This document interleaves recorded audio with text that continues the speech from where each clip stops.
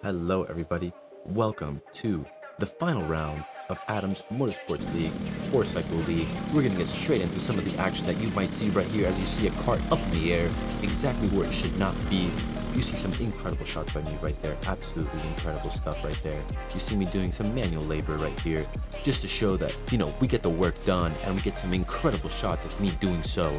Now, Diego waves goodbye, we'll get into why, and I bend over, nice flexibility, very important.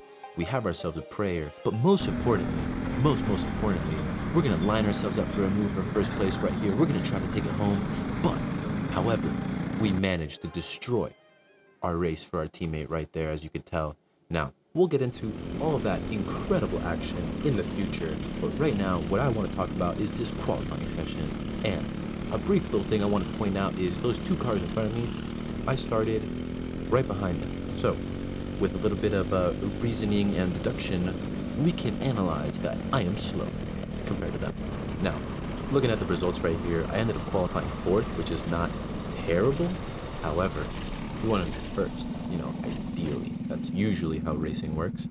But with that being said, it's kind of a game of trying to find some pace. I know I don't have optimal tires as I create excuses, but we're going to get into a little bit about what happened in the heat race and how I was able to benefit. So I'm starting in fourth right here. I'm able to hang it around the outside, and I'm able to gain a ton of positions, and you can see why right there as the whole field has themselves an absolute crash festival right there. Absolutely incredible stuff for me, detrimental stuff for just about everybody else, except for Diego. He gets an absolutely great start. You see just about 5 people absolutely just completely involved in that accident right there, with first place man getting all up top to somebody else. So not the ideal start for everybody else, a pretty incredible start for me.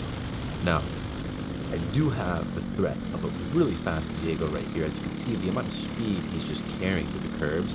He takes that curb right there is actually super aggressive. You can see right there how his cart just took it, shaking him apart, making it super unstable. I managed to get an incredible apex out of there. Just wanted to point that out. But you can see that Diego is shaking his hand in the air. At the moment, I had no idea what was going on, of course. But what ended up happening was, I guess, at some point during the race, his bumper actually came loose.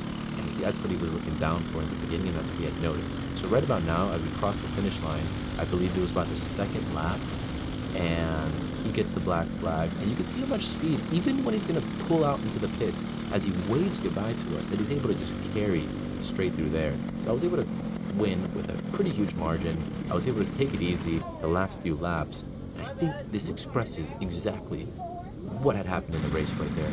Now, real quick, getting into the main race, you can see that I have some gum on my left tire right there.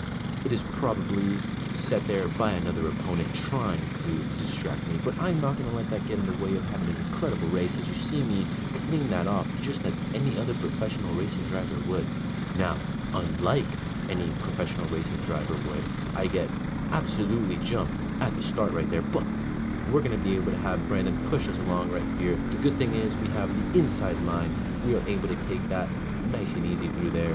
Brandon helps me through there, and Will, which was the guy on the left of me starting in second place, gets an absolutely terrible start through there. Everybody was able to just kind of get up inside of him. Now, he's also running at a higher weight with the Masters class, actually, so it's actually kind of just, at the end of the day, it's tougher to go against people with 20, 30 pounds less on you. So at the end of the day, another spectacular start for me when you look at it at the end of the day.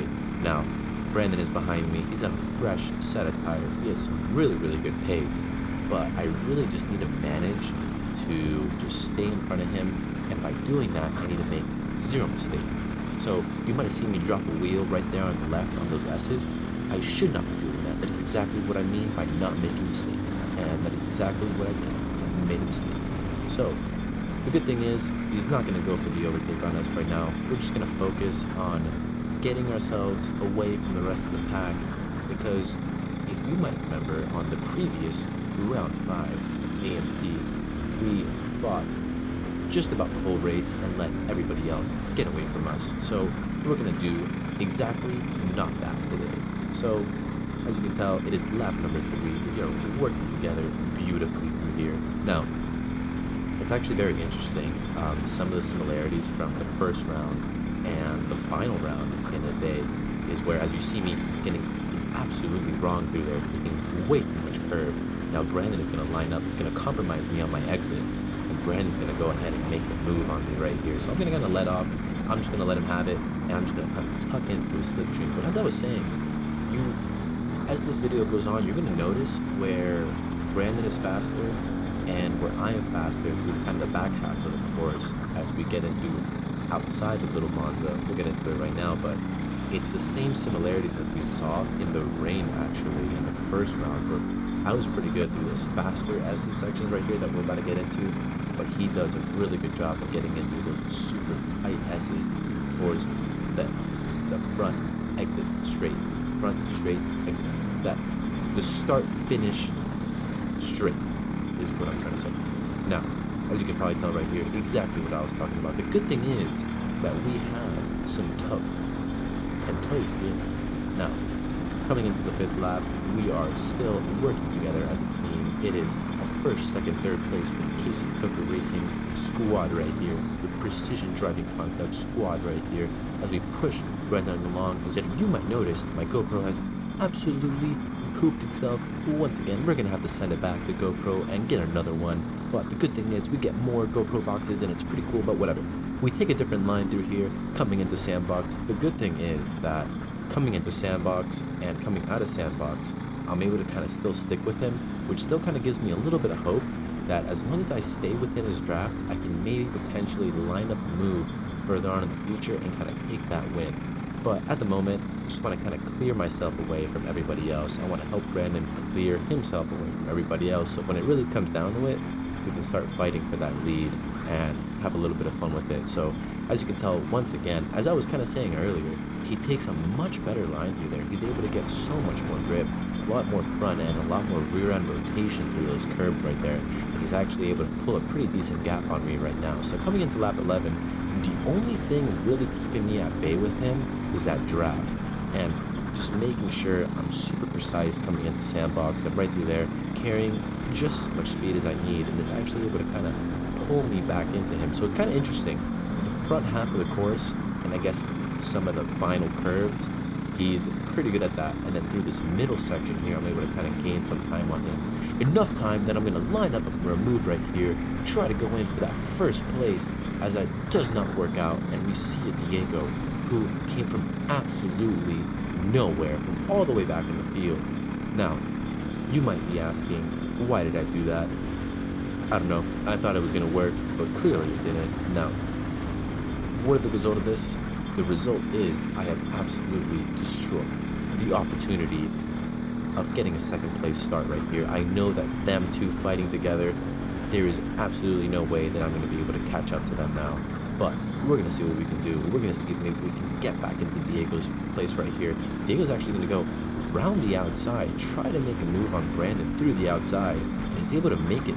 Able to make it almost stick, and he's actually able to stick it through. So honestly, a pretty incredible showing of front end grip through there. Now, if you're wondering how I feel at the moment, I feel pretty freaking guilty that this was all kind of my fault, because ideally I would have probably liked to defend Brandon from Diego and have maybe Brandon just fly away as I slow Diego down or something like that. That would have been the absolutely incredible teammate move to do, kind of like what Sergio Perez did for Max Verstappen back in the day, excluding the whole FIA yellow flag situation, you know what I mean? But clearly it has not worked out, and now I have Evan fighting for that podium position right there. I'm going to shut that down, park it on the apex, and just now try to hold on and also hope that Brandon can make a move so that when I park back into the pits, Casey will not smack me in the head for doing this absolutely colossal screw up, you know? Now, it is coming into the back straight, or the front straight, as I screw that up again. We have a decent gap from Evan right there. It is the final lap. We really just need to keep it super clean through here. We're going to check back one more time, making sure that we're not under threat. And now, at the moment, honestly, I was just hoping that Brandon could make another move on Diego. I knew that, as you can see, the moment Brandon had a little bit of tow from someone else and was able to break away from me, there was no way I was able to keep up as they get a huge hit from the back.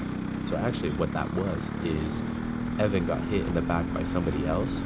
His chain seized up on his sprocket, and then he lost all the braking and ended up hitting me. But eventually, with my incredible skills, I am able to manage the situation very well and continue on. Now, coming into this last section through here, we have something on our right front tire, but we're not going to let that distract us because we are fully focused on the screw up that I have done. So, taking the checkered flag, I am actually pretty disappointed in myself. I don't know. I knew that I could have just probably not made the move at the moment. Obviously, I'm thinking like, oh, this is going to work out. This is going to be awesome. I'm going to win the race. But it is not how things panned out. And I kind of went there and, I mean, Brandon was apologizing, but honestly, I think I should have been the one apologizing. I thought but you were gonna just let me have that. But yeah, pretty tough ending to what has been a pretty solid championship for me. Yeah. Now, the bright side is we are the winners of the championship, and I get a trophy and a ring, so pretty sweet. I still haven't picked it up. I will probably pick it up soon. I was like, dude, I'll make my move. We're running out of Yeah, laps.